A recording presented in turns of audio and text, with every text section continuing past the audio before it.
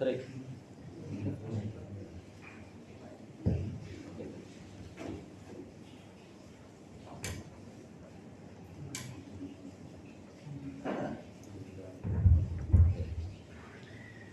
Bismillahirrahmanirrahim. Assalamualaikum warahmatullahi wabarakatuh.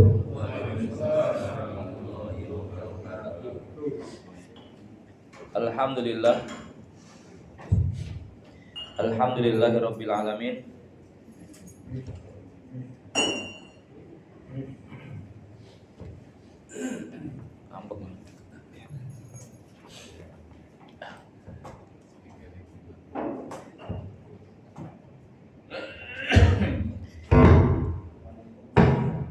Alhamdulillah hamdan katsiran thayyiban barakan fihi barakan alaihi kama yuhibbu rabbuna wa yardah. Asyhadu an la ilaha illallah wahdahu la syarikalah wa asyhadu anna Muhammadan abduhu wa rasuluh. Allahumma shalli wa sallim wa barik ala Muhammadin wa ala alihi wa ashabihi wa walah. Rabbi shrah li sadri wa yassir li amri wahlul 'uqdatam min lisani yafqahu qawli. Allahumma la sahla illa ma ja'altahu sahla wa anta taj'alul hazna idza syi'ta sahla. Allahumma inna nas'aluka al-huda wa tuqa wal 'afafa wal ghina. Allahumma ati nufusana taqwaha wa zakkiha anta khairu man zakkaha anta waliyuha wa maulaha. Jamaah salat subuh yang semoga dirahmati Allah Subhanahu wa taala. Alhamdulillah kita bersyukur memuji Allah Subhanahu wa taala. Allah memberikan kemudahan kepada kita untuk menunaikan amal-amal ketaatan, mengawali hari dengan beragam aktivitas amal ketaatan, menjadi sesuatu yang luar biasa ya, menjadi sesuatu yang luar biasa ketika seorang hamba bangun di pagi hari lalu kemudian sudah memiliki beragam agenda untuk kemudian dia lakukan ya. Maka menjadi nikmat tersendiri ketika seseorang bangun di pagi hari punya beragam agenda yang kemudian sudah menanti untuk kemudian ditunaikan oleh manusia ya. Namun menjadi sebuah musibah ketika seseorang bangun bingung mau ngerjain apa ya. Maka jamaah semoga Allah Subhanahu wa taala seorang muslim dia sebagaimana kemudian Allah Subhanahu wa taala perintahkan fa idza faragta fansab ya. Kalau kamu sudah selesai dalam sebuah aktivitas maka berpindah kepada aktivitas yang lain. Maka enggak ada ceritanya kok seorang muslim itu nganggur, itu enggak ada. Aktivitas yang kemudian dia lakukan kalau enggak kemudian aktivitas akhirat ya sudah aktivitas untuk mencari dunia. Dimulai dari kemudian kita bangun di pagi hari Allah masih berikan nikmat iman kepada kita, maka aktivitas yang kita lakukan adalah aktivitas akhirat. Terus begitu waktu yang kemudian Allah berikan kepada kita hingga kemudian kita menghadap Allah Subhanahu wa taala ya. Maka lantaran memang kita enggak memilih jalan kekufuran ya, kita enggak pernah kemudian bisa memahami bagaimana mereka orang-orang kufur kepada Allah Subhanahu wa taala dalam menikmati hidup. Sementara kehidupan manusia itu kan rata-rata monoton ya, begitu saja 24 jam bolak-balik begitu saja ya. Namun berbeda aktivitas orang mukmin, dia secara keseluruhan hanya menunggu tiga hal yang kemudian akan pasti ya, menunggu tiga hal yang kemudian mendatanginya. Di antaranya menunggu waktu sholat ya. Dari sholat ke sholat, nanti selesai sholat baru aktivitas pada umumnya, lalu menunggu waktu sholat lagi, terus begitu sampai meninggal dunia ya. Maka jemaah semoga dari Allah Subhanahu wa taala ungkapan rasa syukur kita kepada Allah Subhanahu wa taala atas nikmat iman ini sejatinya menjadikan kita semakin dekat kepada Allah Subhanahu wa taala. Allahumma amin. Baik, kita melanjutkan fikih sirah ya. Terakhir kita sudah berbicara tentang perang Badar, peperangan pertama dalam sejarah perjuangan Rasulullah dan para sahabat, yang ini menjadi tonggak awal dari tersebarnya nama Islam ke seluruh Jaziratul Arab, mulai menjadi tonggak awal diperhitungkannya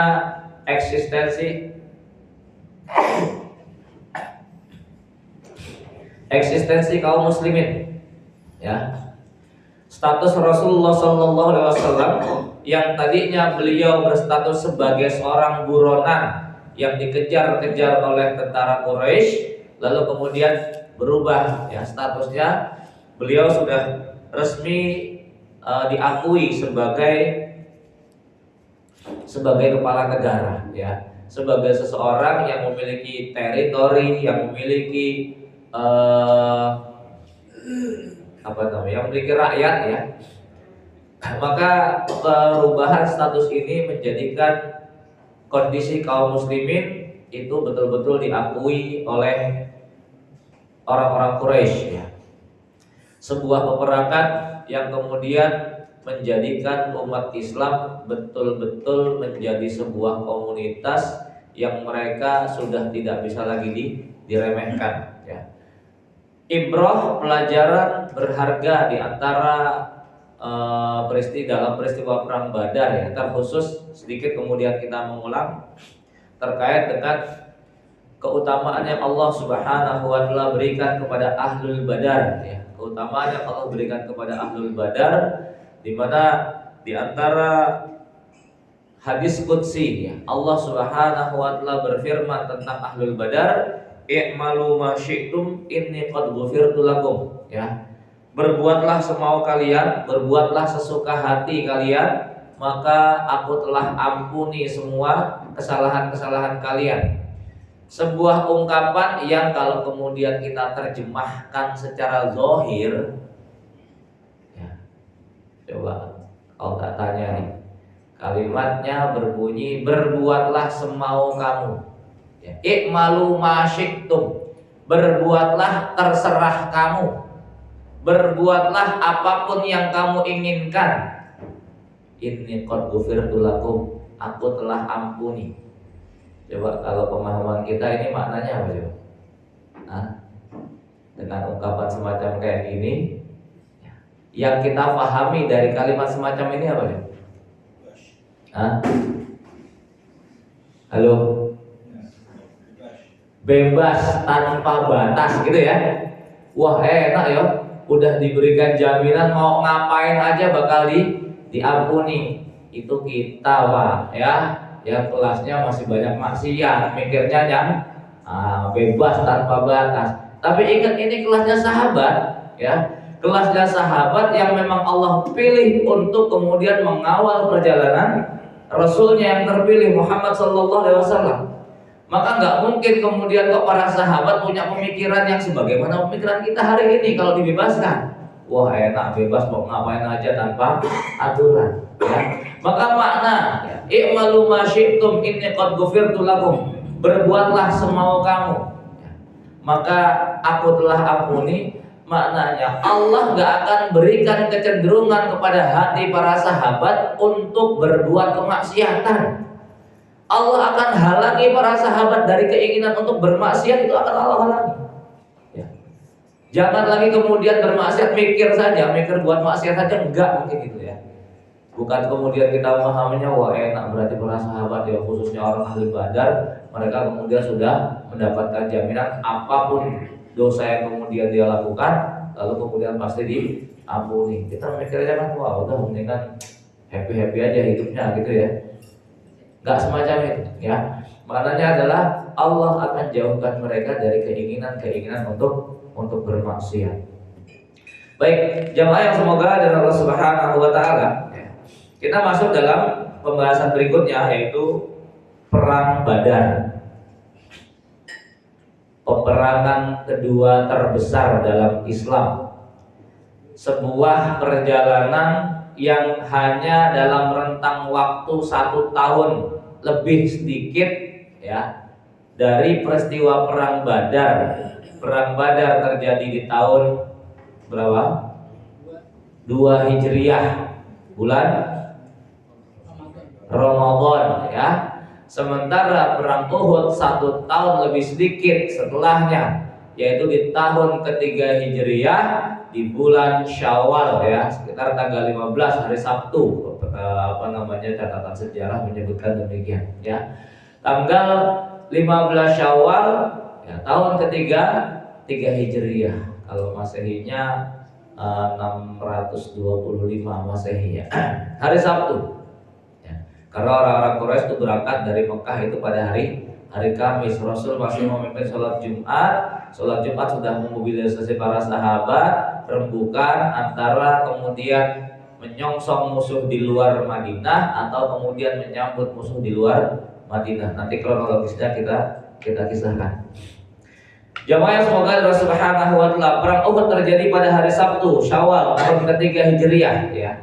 Di mana latar belakang daripada kemudian terjadinya perang Uhud ini adalah dendam kesumat yang dimiliki oleh orang-orang Quraisy lantaran kekalahan telak mereka yang terjadi pada perang Badar ya. Yang kita sudah jelaskan, sebuah peperangan yang nyaris pada awalnya tidak diniatkan untuk perang, dengan jumlah pasukan yang hanya segelintir orang, dengan persenjataan ala kadarnya, namun Allah memberikan kemenangan yang gemilang kepada kaum muslimin ya. Yang ini juga mengajarkan kepada kita berapa banyak peristiwa-peristiwa peperangan kaum muslimin yang justru Allah memberikan kemenangan tatkala kondisi mereka itu sedikit ya. Ketika kondisi kaum muslimnya sedikit, justru Allah Subhanahu wa taala memberikan kemenangan gemilang. Apa landasannya? Landasannya gak ada di dalam hati perasaan bahwasanya kita menang lantaran kekuatan. Kalau jumlahnya itu sedikit ya. Artinya sandaran hatinya itu betul-betul kepada Allah, sehingga menyandarkan kemenangan itu mutlak merupakan pertolongan dari Allah Subhanahu wa taala. Karena pada peristiwa berikutnya itu nanti menunjukkan bahwasanya justru ketika jumlah kaum muslimin itu melimpah ruah, Allah malah berikan kekalahan ya. Ketika Abu Sufyan kembali dengan membawa kafilah dagangnya, ia berkata di hadapan para pembesar Quraisy, "Wahai Quraisy, sesungguhnya Muhammad telah mengalahkan kalian dan membunuh pemimpin-pemimpin terbaik kalian." Ya, ini mengusung membuka donasi, kemudian menghasung pemuka-pemuka Quraisy yang masih tinggal untuk kemudian memberikan dukungannya. "Bantulah aku dengan harta ini untuk memeranginya." Mereka pun kemudian menyambut ajakan Abu Sufyan hingga terkumpullah 1000 ekor unta dan 50.000 dinar emas ya. Dinar 50.000 kali 5 juta kalau hari ini 1 dinar ya. Kurang lebih ya. Banyak pokoknya jumlahnya ya. Mereka lalu kemudian mulai menggalang dana untuk memerangi Rasulullah SAW dan meminta bantuan kepada kabilah-kabilah yang tersebar di sekitar Makkah. Mereka berangkat meninggalkan Mekah pada hari Kamis bulan Syawal dan gak tanggung-tanggung kekuatan yang kemudian terkumpul tidak kurang dari 3.000 personal ya, 3.000 pasukan ya, kavaleri dan infanteri ya. Di mana terkumpul pula kavaleri ini sekitar 200 penunggang kuda. Al-Abbas bin Abdul Muthalib telah menulis surat kepada Rasulullah SAW menginformasikan apa yang tengah terjadi. Surat itu disampaikan, kan Abbas masih tinggal di Mekah. Makanya ketika peristiwa perang Badar, Al-Abbas itu kan kemudian termasuk yang tertawan ya. Lalu kemudian dibebaskan balik lagi ke Mekah ya. Beliau tetap menjadi beliau seorang muslim yang kemudian masih tinggal di Mekah, sehingga kondisi Mekah itu Rasulullah SAW mengetahui ya. Banyak informasi yang kemudian sampai kepada Rasul terkait dengan kondisi yang ada di Mekah. Surat ini disampaikan oleh seorang kurir dari kabilah Bani Jifar. Kemudian surat itu dibacakan oleh Ubay bin Ka'ab di hadapan Rasulullah SAW. Maka Rasul pun kemudian meminta kepada Ubay bin Ka'ab untuk merahasiakan surat tersebut, jangan ngomong kemana-mana ya. Akhirnya berita kedatangan tentara Quraisy pun tersebar di masyarakat. Ya. Maksudnya berita yang dirahasiakan itu berita persiapan orang-orang Quraisy yang kemudian sudah mengumpulkan 3.000 pasukan untuk menggempur kota Madinah. Namun kemudian lambat laun berita kedatangan orang-orang Quraisy pun tersebar di masyarakat dan membuat takut orang-orang Yahudi serta orang-orang munafik yang kemudian tinggal di Madinah. Terlebih ketika pasukan Quraisy sudah tiba mendekati kota Madinah, membuat suku Aus dan Khazraj berjaga-jaga sambil membawa senjata di seputar Masjid Nabawi. Ya. Pada malam Jumat Rasulullah SAW bermimpi. Dan ingat mimpinya Nabi itu merupakan sebuah kepastian. Jangan lagi mimpinya Nabi ru'yatul mukmin saja, mimpi shodiqohnya seorang mukmin itu bagian dari sekian tanda-tanda nubuat ya, insyaallah. Apalagi mimpinya Rasulullah SAW. Rasulullah SAW bermimpi pada malam Jumat. Rasulullah bermimpi dan lalu keesokan paginya beliau kemudian menceritakan mimpi tersebut di hadapan para sahabatnya. Seraya kemudian berkata, demi Allah, sungguh semalam aku telah bermimpi baik. Aku bermimpi ada beberapa ekor sapi yang disembelih, pedangku sumbing, dan aku masukkan tanganku ke dalam baju perangku. Adapun sapi yang disembelih adalah terbunuhnya beberapa orang dari sahabatku, ya. Selain itu sumbingnya pedangku adalah tanda terbunuhnya salah seorang dari anggota keluargaku. Sementara dalam hadis yang lain versinya Abu Musa al-Asy'ari, Rasulullah SAW kemudian bersabda, aku bermimpi mengayunkan pedang lalu patah. Ternyata itu adalah isyarat kekalahan yang menimpa kaum muslimin dalam perang Uhud. Kemudian aku ayunkan kembali, maka pedang itu pun kemudian menjadi nampak bagus dari sebelumnya. Ternyata itu adalah pertolongan Allah dan bersatunya kaum mukminin. Aku juga bermimpi melihat beberapa ekor sapi. Jadi Allah sangat baik dan ternyata mereka adalah kaum mukminin yang terbunuh dalam perang Uhud. Lalu Rasulullah SAW kemudian mengumpulkan para sahabat, bermusyawarah kepada mereka, ya, mencari keputusan terbaik. Di antara kemudian yang dimusyawarahkan adalah apakah kemudian kita menyambut orang-orang kafir Quraisy di luar kota Madinah atau kemudian kita menunggu kedatangan mereka di dalam kota Madinah. Rasulullah SAW dan para sahabat-sahabat senior, ya, lebih memilih untuk menunggu mereka di dalam kota Madinah.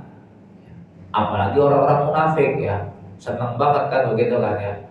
Pokoknya sudah Rasul secara keinginan kemudian juga didukung oleh sahabat-sahabat senior ini berharap atau menginginkan menunggu kedatangan orang-orang Quraisy di kota Madinah, di dalam, ya, perang kota jadinya.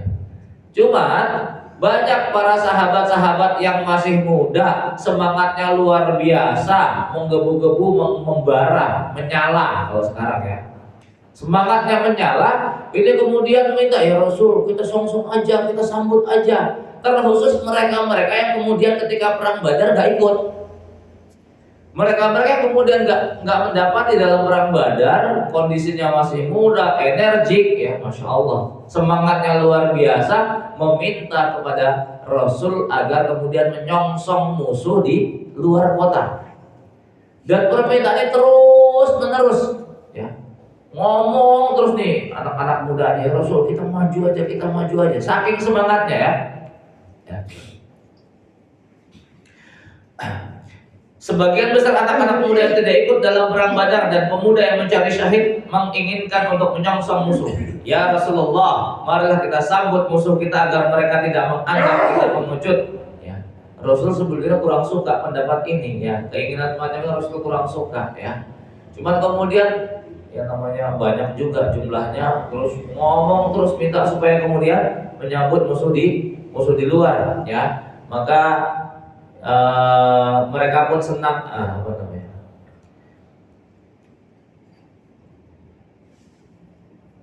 Ketika mereka bersikeras dengan keinginan itu, beliau pun kemudian mengimami mereka dalam sholat Jumat, memberikan nasihat dan memerintahkan mereka untuk serius dan bersungguh-sungguh. Akhirnya mereka pun senang untuk menyongsong musuh, sementara sebagian yang lain tetap tidak menyukai. Rasulullah kemudian mengimami mereka pada saat sholat asar, sementara mereka tetap bersiaga. Rasul masuk ke dalam rumah. Ya. Lalu kemudian dua sahabat besar ya, Usaid bin Hudair dan Sa'ad bin Mu'ad ini kemudian mengingatkan kepada anak-anak muda yang meminta kepada Rasul agar kemudian menyongsong. Kamu kok maksa-maksa gitu tuh sama Nabi tuh, gak pantas lah. Keputusan ada di tangan Nabi, jangan dipaksa-paksa Nabi. Posisi Nabi sudah masuk ke dalam rumah ya. Akhirnya kemudian diingatkan dengan lemah lembut ya. Para pemuda yang tadinya semangat begitu akhirnya merasa bersalah juga ya. Merasa bersalah kemudian nunggu keluarnya Nabi. Begitu Nabi keluar, Nabi sudah pakai baju perang, sudah siap dengan senjatanya, enteng, helm tempur. Para pemuda yang tadi semangat minta kepada Nabi untuk menyongsong musuh, akhirnya kemudian mendatangi Nabi, minta maaf ya Rasul, maafkan sikap kami ya, udahlah terserah Anda ya Rasul, mau nyongsong monggo, mau nunggu di Madinah juga nggak apa-apa deh, gitu kan. Kami nggak maksa lagi deh, gitu kan. Tapi kondisi Rasul sudah udah pakai pakaian tempur, ya, Insya Allah ini sudah siap lah Rasul intinya, gitu kan.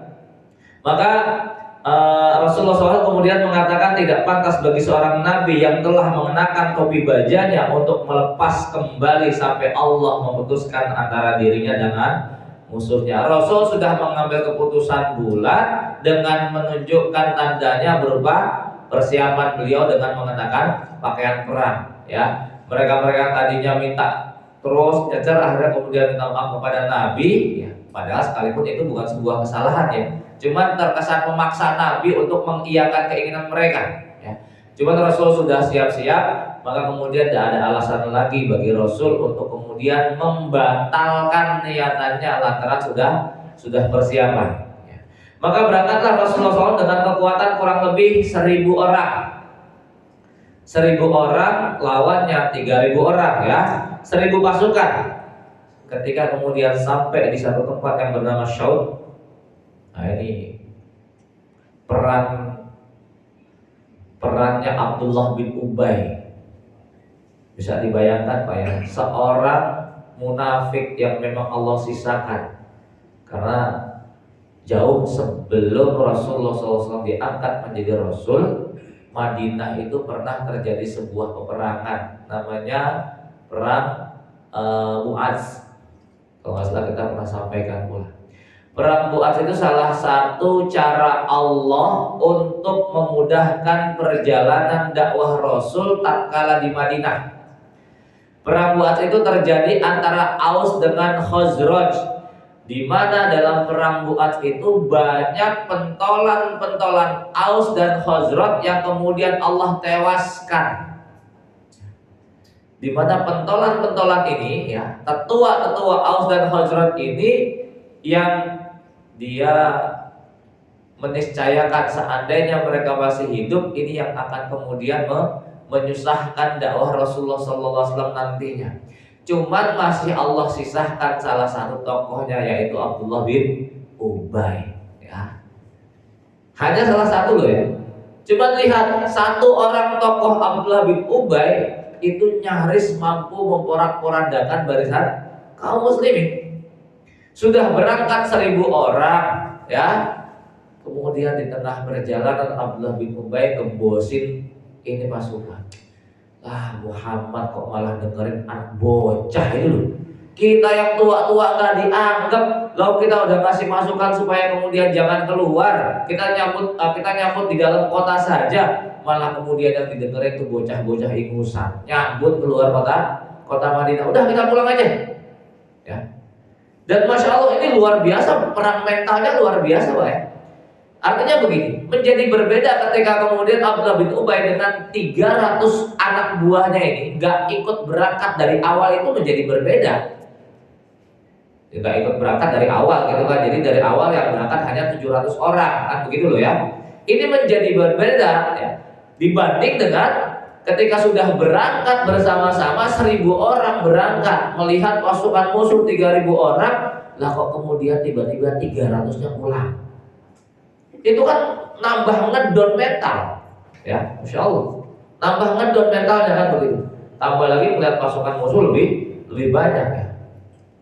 Abdullah bin Ubay beserta 300 pengikutnya menarik diri sambil berkata, dia Muhammad telah mengikuti kemauan mereka, ya, dan mengabaikan aku. Untuk apa kita membunuh diri sendiri, wahai kawan-kawan? Maka ia pun kemudian kembali bersama pengikutnya dari kalangan munafikin dan orang-orang yang ragu. Ya. Satu orang Abdullah bin Ubay mampu menggerakkan 300 orang sahabat yang kemudian ini terindikasi terkena penyakit nifaknya. Di tengah perjalanan Rasulullah kemudian melakukan inspeksi pasukan. Ternyata ada didapati 2 bocah masih usia sekitar 14-15 tahun. Sama Rasul, kamu gak boleh ikut. Masih terlalu bocah, jangan ikut, gitu kan ya. Rasul menolak ikut serta mereka karena masih kecil. Di antara mereka itu ada Samurah bin Jundab, ya, dan kemudian Rafi bin Khudaij. Ya. Kemudian ada yang mengatakan, ya Rasul, Rafi bin Khudaij dia jago panah, punya keahlian memanah. Ya, karena memang aktivitasnya itu ya seperti itulah ya, olahraganya itu begitu. Ya. Rafi bin Khudaij punya keahlian memanah. Lalu kemudian Rasul mengizinkan Rafi bin Khudaij. Abdullah bin Jundab keki juga dia, nggak mau kalah. Ya Rasul, saya bisa kalahkan Rafi dalam bulan. Akhirnya dites sama Nabi, ya betul ya, Rafi bin Khudaij kalah dalam bulan dengan Abdullah bin Jundab. Ya. Akhirnya kedua-duanya diizinkan oleh Nabi Sallallahu Alaihi Wasallam. Ya, ini anak usia 13 atau 15 tahun, ya, Masya Allah ya. Sebuah kondisi, kalau kita lihat kondisi anak-anak kita hari ini usia segitu, itu lagi asik dengan gadgetnya, ya, Masya Allah. Tapi menjadi berbeda di bawah pendidikan yang benar, Masya Allah, mereka menjadi akan menjadi pilar-pilar umat Islam ini. Contoh keberhasilan orang tua dalam menanamkan akidah, dalam menanamkan tauhid. Ya. Apa yang kemudian kita saksikan hari ini di tanah Gaza itu ini sedikit kita keluar materi. Seorang anak gadis belia, masih ya balita lah, bukan dia lagi, balita. Ya kalau melihat postur tubuhnya itu ya mungkin anak-anak usia 4 tahun 5 tahun lah.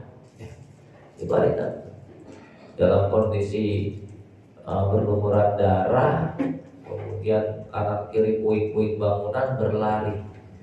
Kemudian yang keluar dari lisannya hanya teriakan, ya Allah, ya Allah, ya Allah. Terus begitu, ya Allah, ya Allah, ya Allah.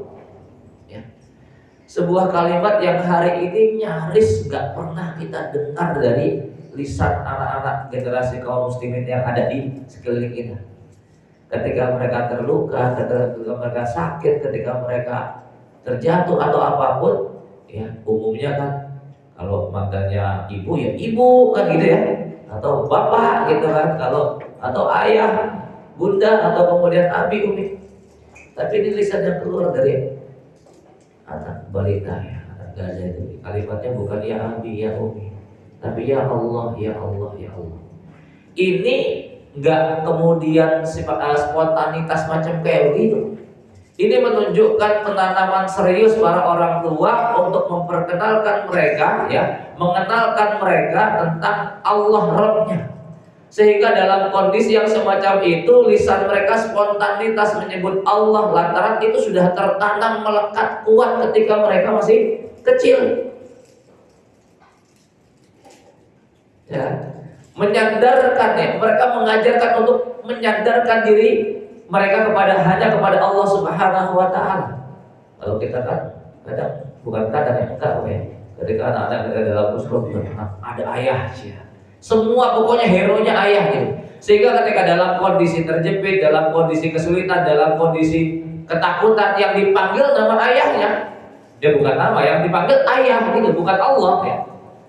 Menyadarkan dirinya salah kepada makhluk yang lemah, maka menjadi hal yang lumrah ketika kita saksikan kualitas orang-orang Gaza, Karena memang keimanan mereka tertanam itu betul-betul semenjak kecil. Bahkan mungkin seketika mereka masih berada di dalam kandungan, itu ditanamkan betul ya pengenalan terhadap Allah sebagai Rabb, sehingga sandarannya itu ya betul-betul hanya kepada Allah, sekalipun kondisinya itu betul-betul menyulitkan. Dan itu terjadi pada seorang bocah balita, apalagi orang dewasanya, kan begitu ya. Kalau balitanya saja kualitasnya kayak begitu, sandarannya kepada Allah, apalagi orang dewasanya. Maka wallahi ya, Israel gak akan pernah kemudian mampu mengalahkan orang-orang Gaza. Beda kualitas ya.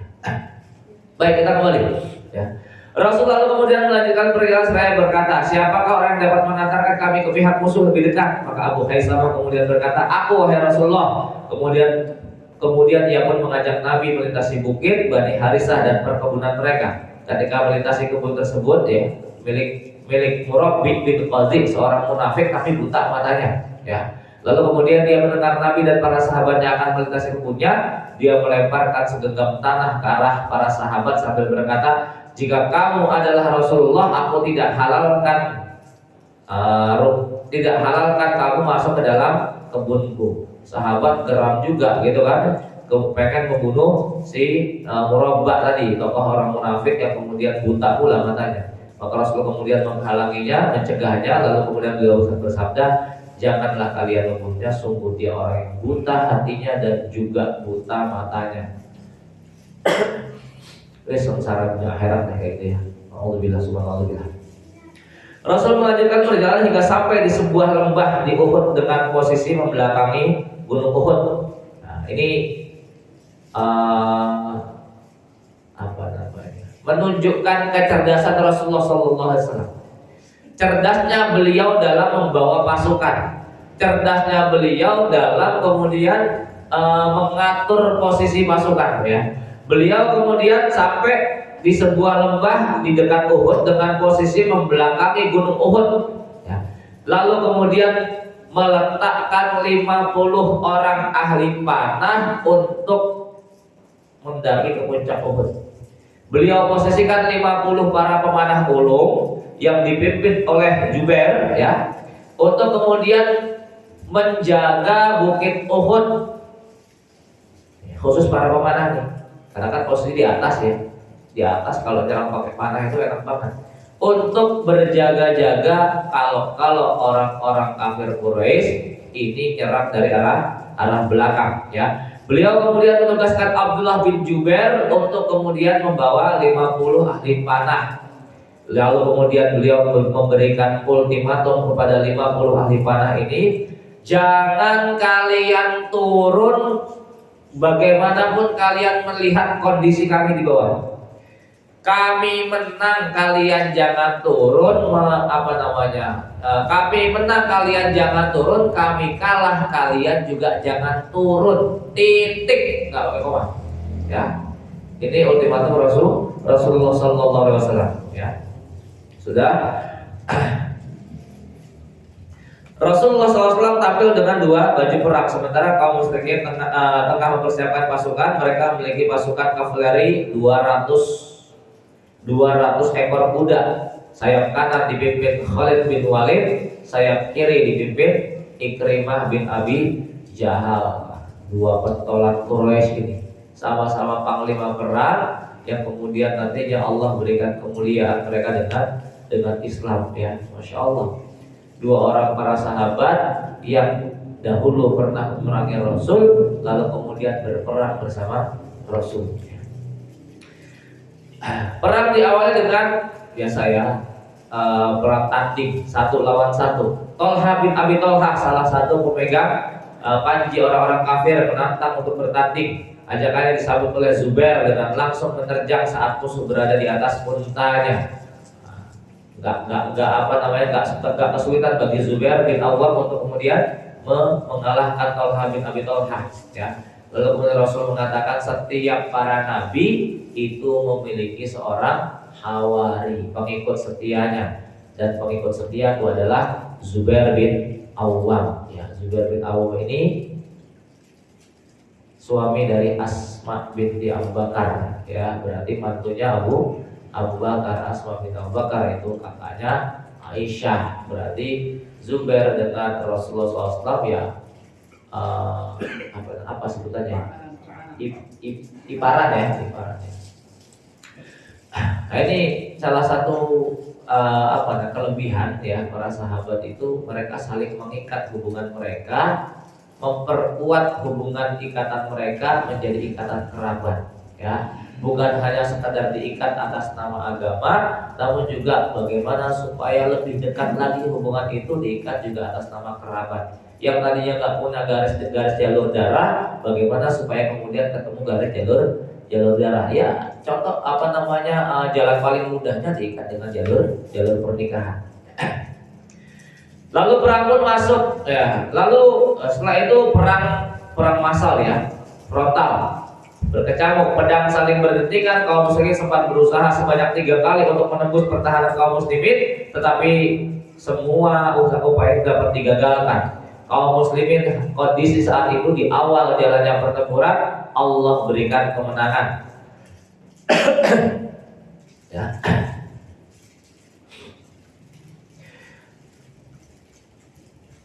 Sehingga Allah dan sehingga Rasulullah ya, Hamzah bin Abdul Muthalib berperang dengan gagah berani.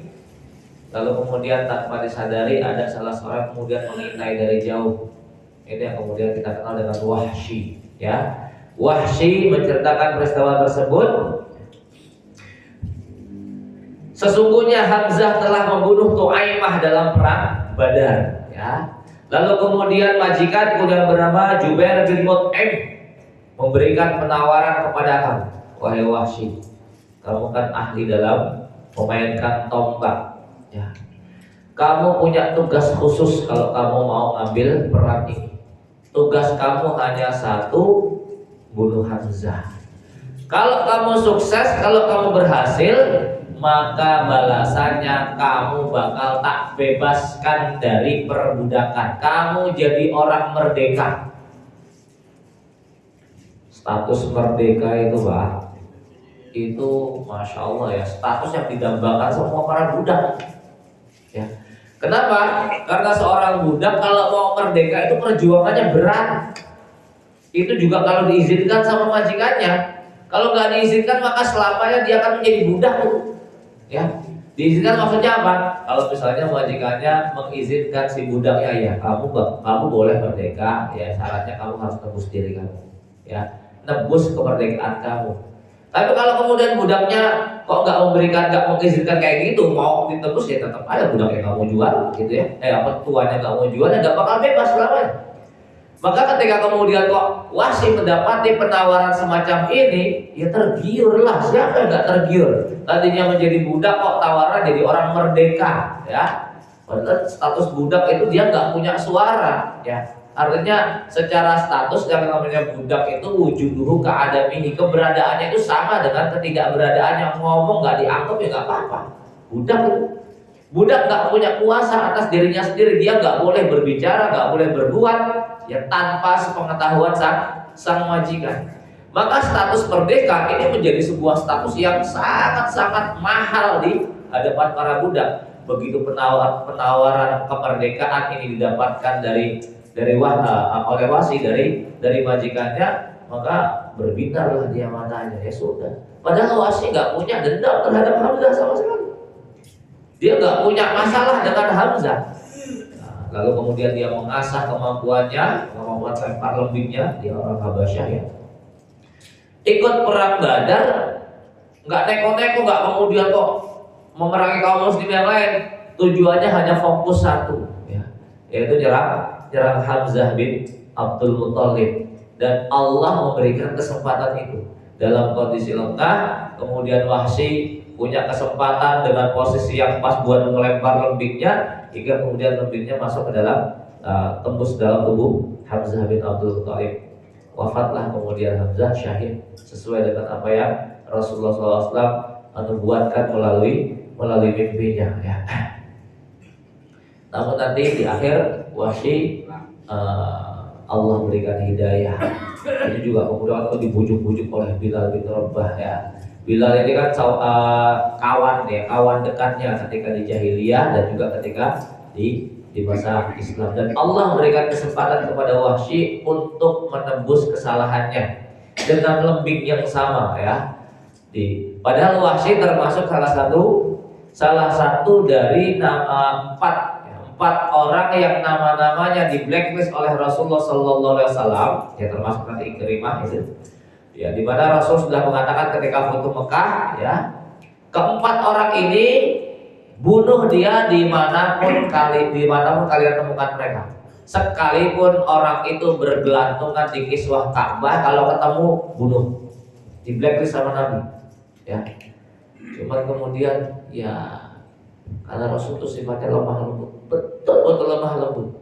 Ternyata ketika kemudian Wahsy datang, ketika kemudian Ikrimah datang, sekalipun sudah di blacklist oleh Nabi Sallallahu Alaihi Wasallam, dia tetap dimaafin, Pak. Dimaafin loh ya. Wahsy dimaafin sama Nabi. Cuma kemudian Rasul minta Wahsy untuk menceritakan kronologisnya. Rasul kasih syarat kepada Wahsy, ya udah, tapi kamu jangan menampakkan diri di hadapanku. Rasul khawatir sisi emosionalnya sebagai manusia itu keluar, ya.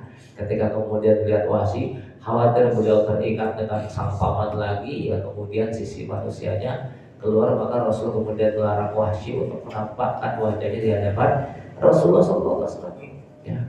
Dan Wahsy tidak menyesali itu, namun kemudian beliau betul-betul bertekad untuk menebus ketersalahannya di masa lampau. Padahal kalau kemudian dianggap salah ya nggak salah juga loh, masih jahiliyah ya kan. Dan ada penawaran untuk kemudian bebas, yang ini menjadi harapan dari semua para budak. Ya, sebagai seorang budak menjadi lumrah kalau kemudian mengambil sisi penawaran tersebut. Ya. Wahsy kemudian menebus ketersalahannya tanda kutip dengan melakukan hal yang luar biasa. Peristiwanya pada perang Yamamah, tatkala kemudian kaum muslimin berperang melawan gerakan nabi palsu pimpinan Musailamah al-Kadzdzab. Wahsy berhasil membunuh Musailamah dengan tombak yang dahulu pernah dia gunakan untuk membunuh Hamzah bin Abdul Thalib. Beliau mengatakan, dengan tombak ini aku pernah membunuh sebaik-baik manusia, dengan tombak ini pula aku telah membunuh seburuk-buruknya manusia. Masya Allah ya, ini tekad luar biasa. Kalau seseorang sudah bertekad, Allah akan hantarkan dia kepada apa yang kemudian dia tekadkan.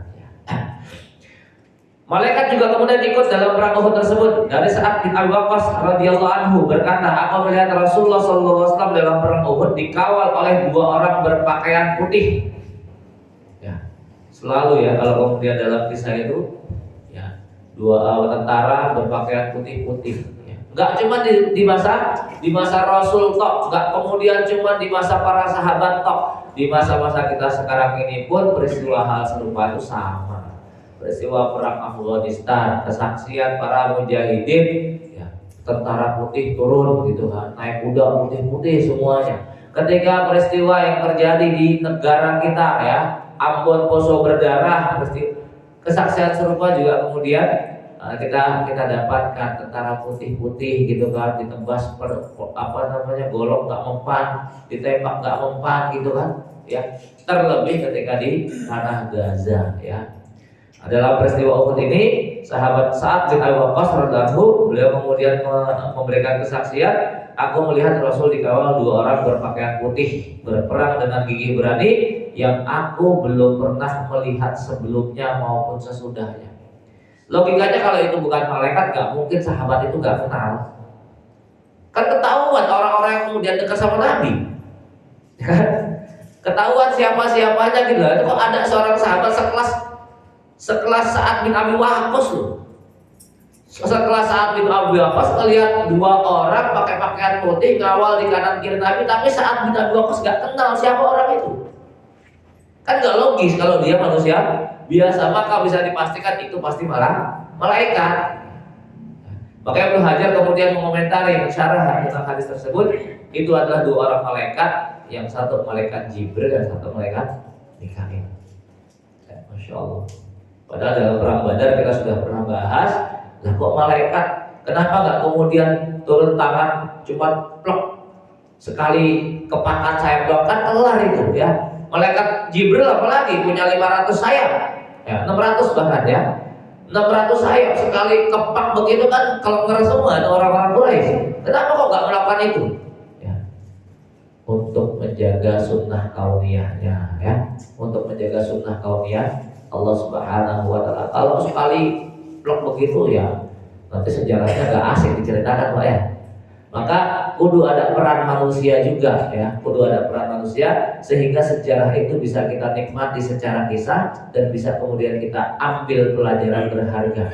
Bahwasanya ya, in tansurullaha yansurkum. Kalau kamu punya peran, punya andil amal nyata dalam menolong agama Allah, baru Allah akan turunkan pertolongannya untuk kamu. Tapi kalau kamu cuma duduk manis doang, zikir-zikir doang, doa-doa doang gitu ya, itu malaikat gak bakal turun di tanah kosong. Allah lalu kemudian memberikan kemenangan kepada kaum mukminin. Mereka menghalau orang-orang musyrik dengan pedang hingga mengakibatkan kekalahan fatal bagi orang-orang musyrik. Mereka lari tunggang langgang sementara para perempuannya ini menyumpah serapah. Dalam perang Uhud ini perempuannya dibawa ini buat memberikan motivasi ya, buat memberikan motivasi pasukan tempur ya supaya kemudian gak lari. Ngelihat kemudian kok tokoh-tokohnya pada lari, perempuan-perempuannya pada ngomel-ngomel, pada maki-maki. Udah aku gak mau lagi deket-deket diranjang sama kamu gitu, bahasanya gitulah kurang lebih ya. Kaum muslimin terus mendesak mereka dan berhasil mengumpulkan ghanimah rampasan perang yang sangat banyak. Nah, inilah titik awal berbaliknya kondisi yang tadinya menang menjadi kemudian kalah tanda kutip ya. Sementara itu pasukan pemanah terlupa dengan pesan Rasulullah SAW. Rasul sudah mewanti-wanti dari awal 50 pasukan pemanah di bawah pimpinan komando Abdullah bin Jubair. Gak boleh meninggalkan posisi bagaimanapun kalian melihat kondisi kami di bawah. Kami menang, jangan turun, kami kalah, jangan bantuin. Udah pokoknya tetap di situ. Itu perintah Rasulullah SAW. Padahal perintah Rasulullah bersifat mutlak seharusnya ya.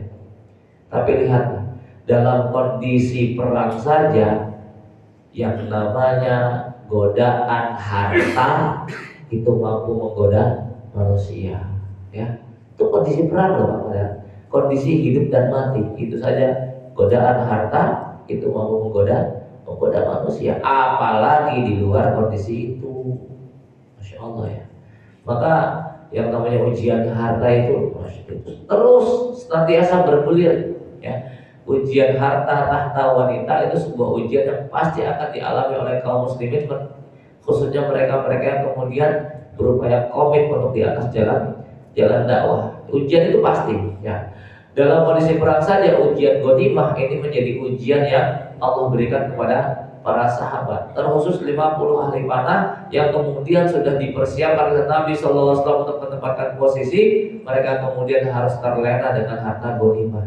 Wah, kalau kita nggak turun tangan ikutin ngumpul nggak kebagian kita nanti. Lagian kaum muslimin sudah menang kok ya. Orang-orang kafir kalau sudah lari tunggang langgang, kabur mereka. Turunlah kemudian 50 ahli panah tersebut, sebagian besarnya turun.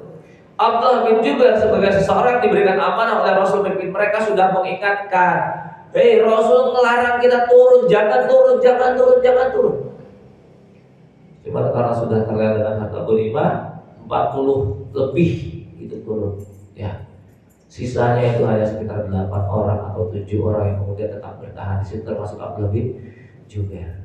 Kesempatan inilah kemudian dilirik oleh Khalid bin Walid, karena Khalid ini ahli strategi ya, ahli strategi perang. Dan nanti faktanya, kenyataannya ketika kemudian Allah muliakan Khalid dengan Islam, ya beragam pertempuran Allah berikan kemenangan melalui tangan Khalid bin Walid ya, Masya Allah ya. Sebuah strategi perang yang kaum muslimin nyaris gak kenal sosok Khalid sebagai seorang ahli strategi perang ya. Ketika ditanya siapa tokoh panglima perang paling masyhur, jawaban yang ada di kepala mereka, nama yang muncul itu biasanya siapa coba? Biasanya siapa? Panglima perang paling terampil. Ini kan kalau kita bicara kaum muslimin ya. Ya secara umum sejarah yang kemudian diajarkan kepada kita di sekolah-sekolah kita, ya tokoh panglima perang yang kemudian namanya dimasyhurkan itu rata-rata kemudian dikenalkan nama Napoleon Bonaparte. Padahal Napoleon Bonaparte itu ngambil strateginya dari Khalid bin Walid. Khalid bin Walid itu menceritakan, ya, tidaklah aku melewati sebuah lembah, sebuah bukit, melainkan aku pikir, ini kalau aku bawa pasukan di lembah macam kayak gini, kalau kemudian kondisinya terdesak, gimana cara aku buat menyelamatkan pasukanku? Artinya antara kepemimpinan menjadi kepemimpinan ketika memimpin perang, ya, memimpin pasukan perang itu betul-betul sudah menjiwai dalam jiwa Khalid bin Walid. Dalam kondisi normal saja yang ada di pikiran beliau ketika melintasi sebuah lembah sempit, bukit, celah-celah segala macam, yang ada dalam pikiran beliau, ini gimana caranya kira-kira kalau aku bawa pasukan ke tempat ini kemudian terdesak, bagaimana cara supaya meminimalisir korban tentara. Yang ada tuh kayak begitu terus. Dan itu nanti terbukti dalam perang Dalam perang Tabuk. Dalam perang Mu'tah. Iya, dalam perang Mu'tah. Perang Tabuk kan gak jadi perang ya, lantaran orang-orang Romawi gak jadi itu. Ya. Dalam perang Mu'tah, tatkala 3 panglima perang yang ditunjuk oleh Rasulullah SAW syahid semuanya, ya, Khalid bin Walid dipaksa untuk kemudian memegang panji. Khalid bin Walid juga jadinya merasa minder juga. Kenapa? Karena dia juga baru masuk Islam, terus juga pernah merangi Nabi. Tapi para sahabat sudah ngerti piawainya Khalid bin Walid dalam memimpin pasukan perang, ya. Maka dalam perang Mu'tah, ketika kemudian 3 komandan perang yang ditunjuk Nabi syahid semuanya, Khalid bin Walid dipaksa untuk kemudian mengambil alih kepemimpinan, ya. Maka beliau kemudian, ya, bukan melanjutkan perang, ya, beliau kemudian mundur teratur, meminimalisir korban kaum muslim. Kenapa? Kalau dipaksakan itu kekalahan akan lebih parah. Maka beliau kemudian tarik mundur pasukan, di mana kemudian sebagian para sahabat mencela, yang dikatakan sebagai orang yang lari dari medan perang. Tapi Rasul mengatakan mereka tidak lari dari medan perang, mereka kembali untuk menyusun strategi, ya. Itu sosok Khalid bin Walid. Pasukan pemanah melupakan pesan Nabi Sallallahu Alaihi Wasallam untuk tidak meninggalkan posisinya. Mereka berkata, ayo kita kumpulkan ghanimah, teman-teman kita telah menang. Apa yang kalian tunggu? Abdullah bin Jubair berkata, apakah kalian lupa yang bisa dipesankan oleh Rasul? Ya, Khalid bin Walid yang melihat pos pemanah telah ditinggalkan, maka ia pun membawa pasukan berkudanya, diikuti oleh Ikrimah, dan berhasil menempati pos tersebut setelah membunuh Abdullah bin Jubair. Abdullah bin Jubair tewas, ya. Dari Aisyah radhiyallahu anha berkata, dalam perang Uhud kaum musyrikin dapat dikalahkan. Tiba-tiba iblis laknatullah alaihi berteriak, wahai hamba Allah, kalian telah menang. Kemudian kaum musyrikin yang sebagiannya sudah lari meninggalkan medan perang balik kembali dan bergabung. Ngelihat Khalid bin Walid menguasai bukit Uhud, orang-orang Quraisy yang tadinya dikejar oleh kaum muslimin, balik arah lagi. Jadi kondisi kaum muslimin terjepit di tengah-tengah, ya. Di belakangnya pasukan Khalid bin Walid dan Ikrimah, di depannya orang-orang Quraisy dipimpin oleh Abu Sufyan, ya. Al-Barra berkata, hari itu kami menghadapi kaum musyrikin dan Nabi sallallahu alaihi wasallam telah mengatur pasukan pemanah dan menunjuk Abdullah bin Jubair sebagai komandannya. Beliau berpesan, jangan tinggalkan pos kalian sekalipun kami menang atau kalian lihat kami kalah, ya. Ketika perang berkecamuk, mereka orang musyrik lari tunggang langgang. Aku melihat kaum perempuannya mengangkat gaunnya hingga terlihat perhiasan yang ada di betisnya. Kemudian pasukan pemanah berteriak, ghanimah, ghanimah, ghanimah. Abdullah bin Jubair berkata, Rasulullah SAW telah berpesan kepada kita untuk tidak meninggalkan pos. Namun mereka tidak mempedulikannya hingga terbunuhnya 70 orang para sahabat. Sebuah harga mahal yang harus dibayar lantaran menyelisihi perintah Rasul. Apapun yang dilakukan kaum muslimin ketika menyelisih perintah sang Nabi, itu pasti ada harga yang harus dibayar. Dalam perang Uhud 70 para sahabat ini kemudian syahid. Abu Sufyan sangat senang sekali seraya kemudian berkata, masih hidupkah Muhammad? Kenyek nih Abu Sufyan ya. Mana Muhammad, masih hidupkah? Rasulullah kemudian mengatakan, dah nggak usah jawab, diam aja, jangan jawab. Kemudian Abu Muhammad masih hidup nggak? Maksudnya Abu Bakar. Mana Abu Bakar, masih hidup nggak? Ya, diam, jangan jawab. Umar, mana Umar, masih hidup nggak? Jadi kenyek ya, ejek gitu kan. Kata Rasul, jangan jawab, biarkan ya. Nah, kalau begitu mereka telah terbunuh, kata Abu Sufyan. Kalau nggak terbunuh, pasti bakal jawab. Umar tidak mampu mengendalikan emosinya, kemudian berkata, ente salah bro, mereka masih hidup semuanya di mari. Abu Sufyan berkata, hidup Hubal. Rasulullah kemudian jawab, balas dong, kata Rasul. Sahabat, apa yang harus kami balas ya Rasul?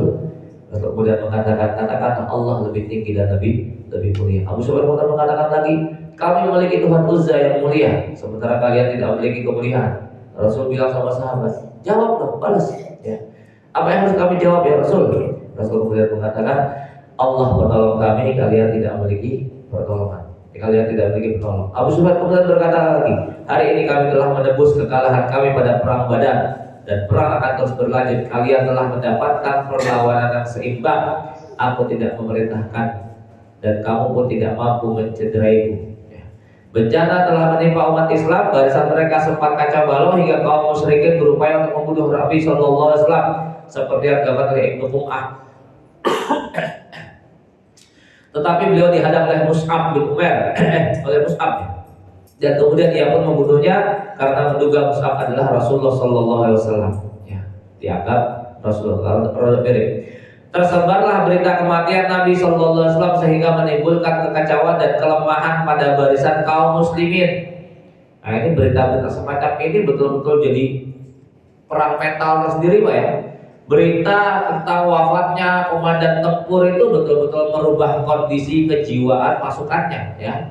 Termasuk strategi yang kemudian dilakukan oleh orang-orang Quraisy menyebarkan berita tentang wafatnya Rasulullah SAW. Maka ada di antara mereka yang lari meninggalkan kancah peperangan menuju Madinah untuk mengurus kembali rumah dan kebunnya. Ada juga yang naik ke gunung lalu membuang senjatanya. Ada juga yang tetap berjuang membela agamanya. Anas bin Nadhr tampil di hadapan orang-orang seraya berkata, apa yang membuat kalian duduk saja kok nggak bangkit? Ya, mereka berkata, ya Anas, mau ngapain lagi? Rasul sudah wafat, Rasul sudah meninggal, Rasul sudah syahid.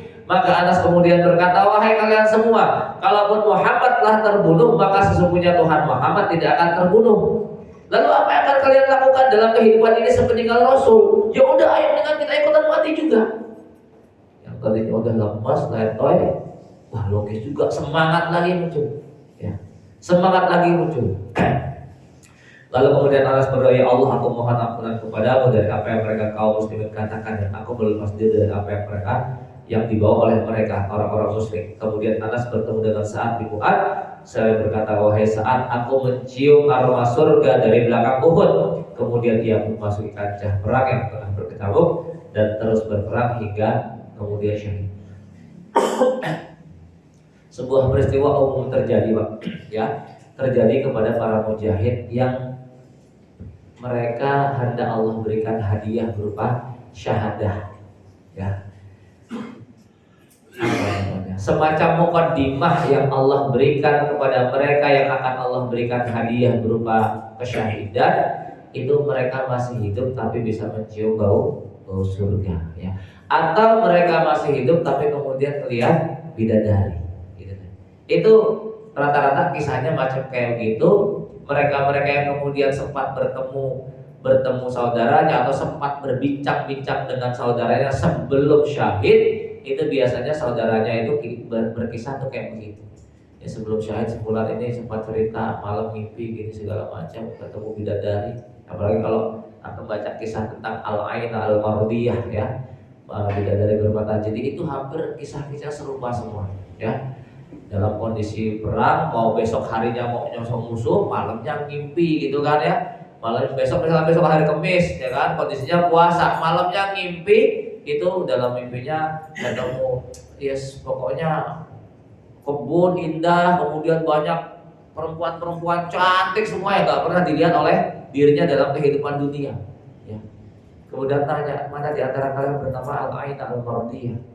Oh, itu di dalam kemah, kami hanya dayang-dayangnya. Bayangin dayangnya cakepnya kayak begitu gitu kan ya? Masya Allah.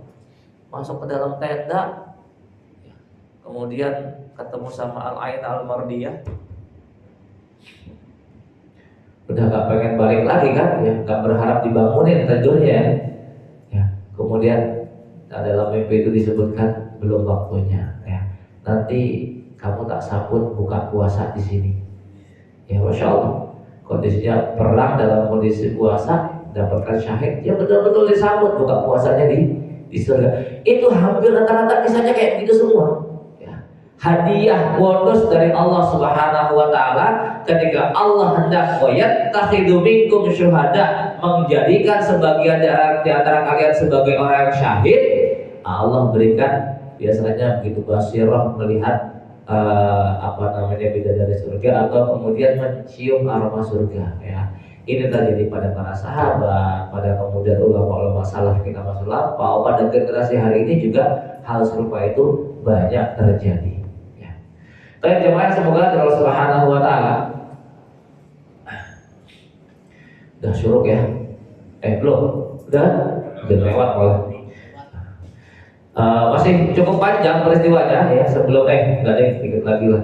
Insya Allah dalam pertemuan berikutnya kita akan berbicara beragam hikmah di balik peristiwa Uhud, dari mulai alasan terjadinya perang Uhud, kemudian kenapa para sahabat minta maju menyongsong di luar, kemudian berita-berita yang sampai kepada Nabi kenapa harus disembunyikan, lalu terus nanti dalam peristiwa insiden terbunuhnya 50 orang yang 50 orang yang diletakkan di Bukit Uhud ini peristiwanya betul-betul dahsyat ya. Dan pelajaran berharganya juga betul-betul dahsyat ya. Insya Allah dalam pertemuan berikutnya kita lebih berbicara tentang ibrah di balik peristiwa Uhud ini, mengingat ini perang terbesar kedua dalam sejarah Islam, terjadi di tahun 3 Hijriah, 1 tahun setelah perang Badar ya. Baik, demikian ya, mudah-mudahan bermanfaat ya. Mudah-mudahan dengan kajian ini menjadikan rasa cinta kita kepada Nabi semakin besar, dan kita berharap Allah menjadikan kita bertetangga bersama Nabi di jannah ya Allahumma amin. Aku qouli hadza subhanakallahumma wa bihamdika asyhadu an la ilaha illa anta astaghfiruka wa atubu ilaik. Wassallallahu ala nabiyyina Muhammadin. Assalamualaikum warahmatullahi wabarakatuh.